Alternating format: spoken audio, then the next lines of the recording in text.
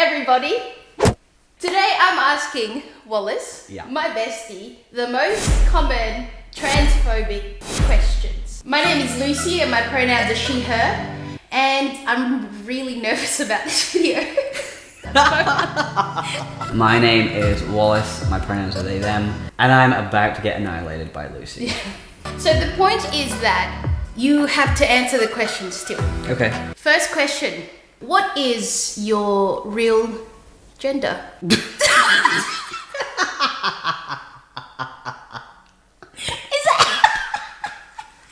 can't really ask that. It's like asking my dead name. I feel safe with you to inform you that I was assigned female at birth. Okay. I came out, they said, she's got a vagina, therefore she's a female. She's got a fanny. She's got a fanny? Fanny female. And so I'm just wondering, what's it like to have lived as a girl and now a boy? Don't you end our friendship after this? I will.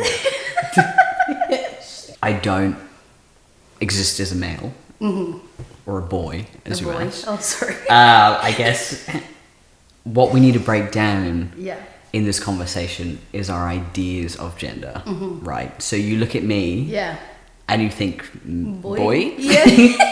Boy.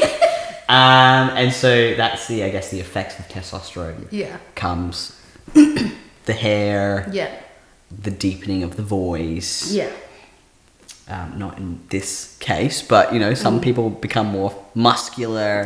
They change their. You are so muscly.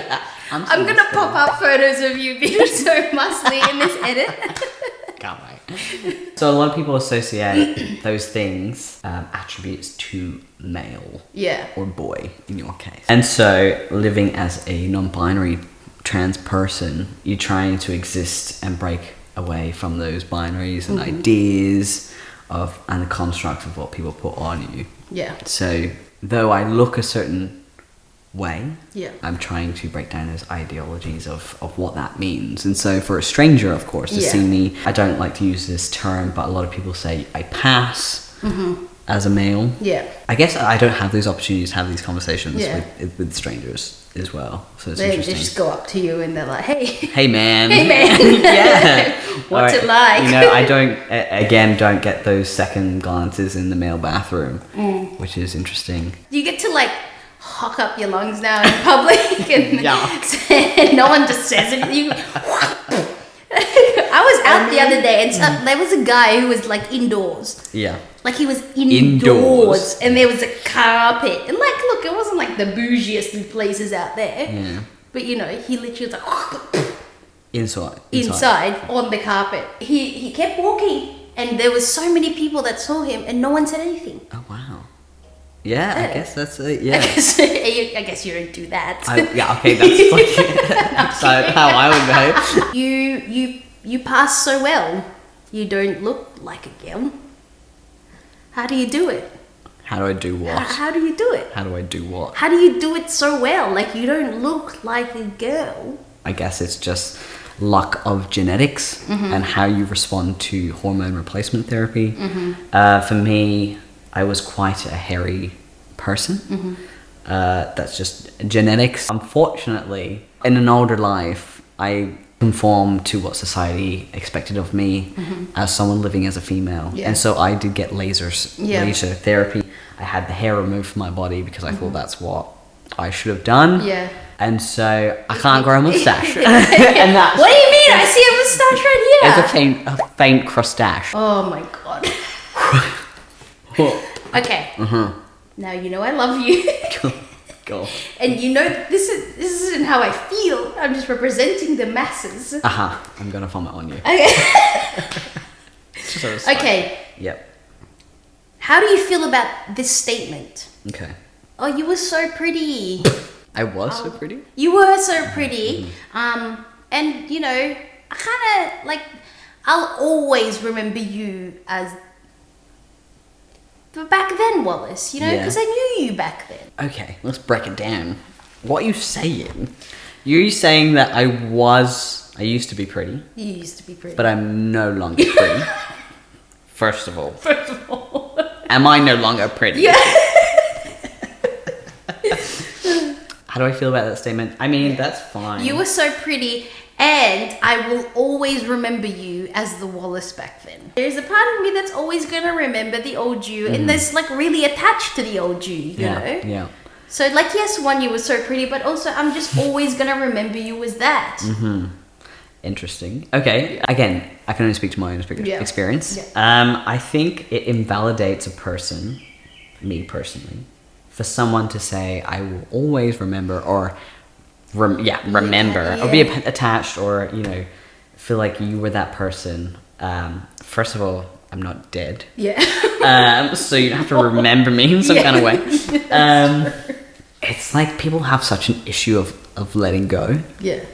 And accepting, embracing, acknowledging someone's existence. For me personally, I can acknowledge that I lived for 20 odd years as someone in a female body, but something within me didn't feel right, and that was always at the back of my mind. So people who say that, I want to challenge why it's hard to accept changes. For me, I can accept that people will see me or have seen me exist in a certain kind of way as a female. So for example, if I was to say, giving leniency for siblings who misgender me, right? I will probably let that slide more than I would a friend, and I'm not sure why. And yeah, people will say, well, I've always known you, you know, you've always been my sister, you've always been my daughter, but but like, get on board. And if you can't, then why should I hang around?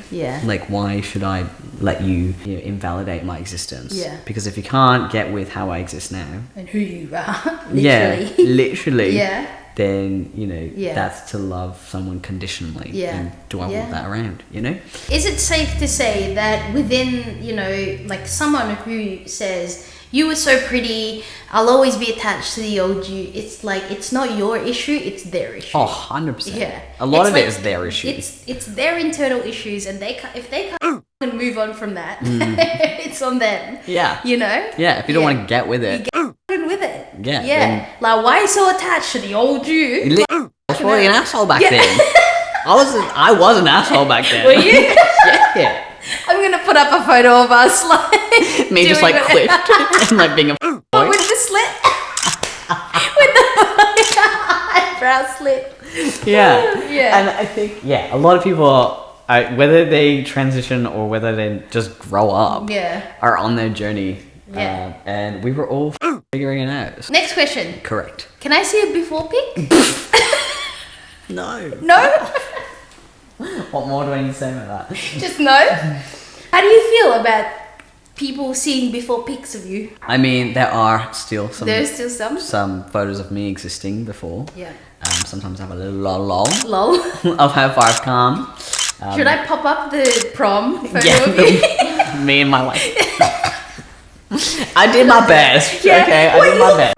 Fantastic. What do you mean? It's not like, would you show me a baby photo to a stranger? I don't know. It's all in context. It's all about how you feel safe, where you feel safe, who you decide to disclose things to. Some people burn that shit and never want to see again.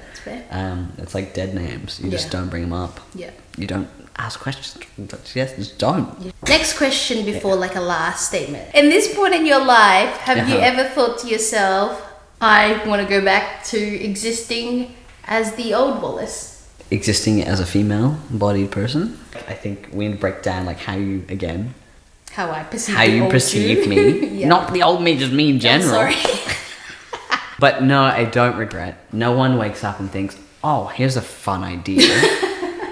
I'm going to take hormone replacement therapy, inject my bottom, you know, every fortnight or every 3 months or whatever. I don't think it's a choice. It's how someone exists. And if you can have access safely to healthcare, support systems, whatever you need to live as authentically as you can, I think only 1% of people actually detransition and, you know, go back to living how they did.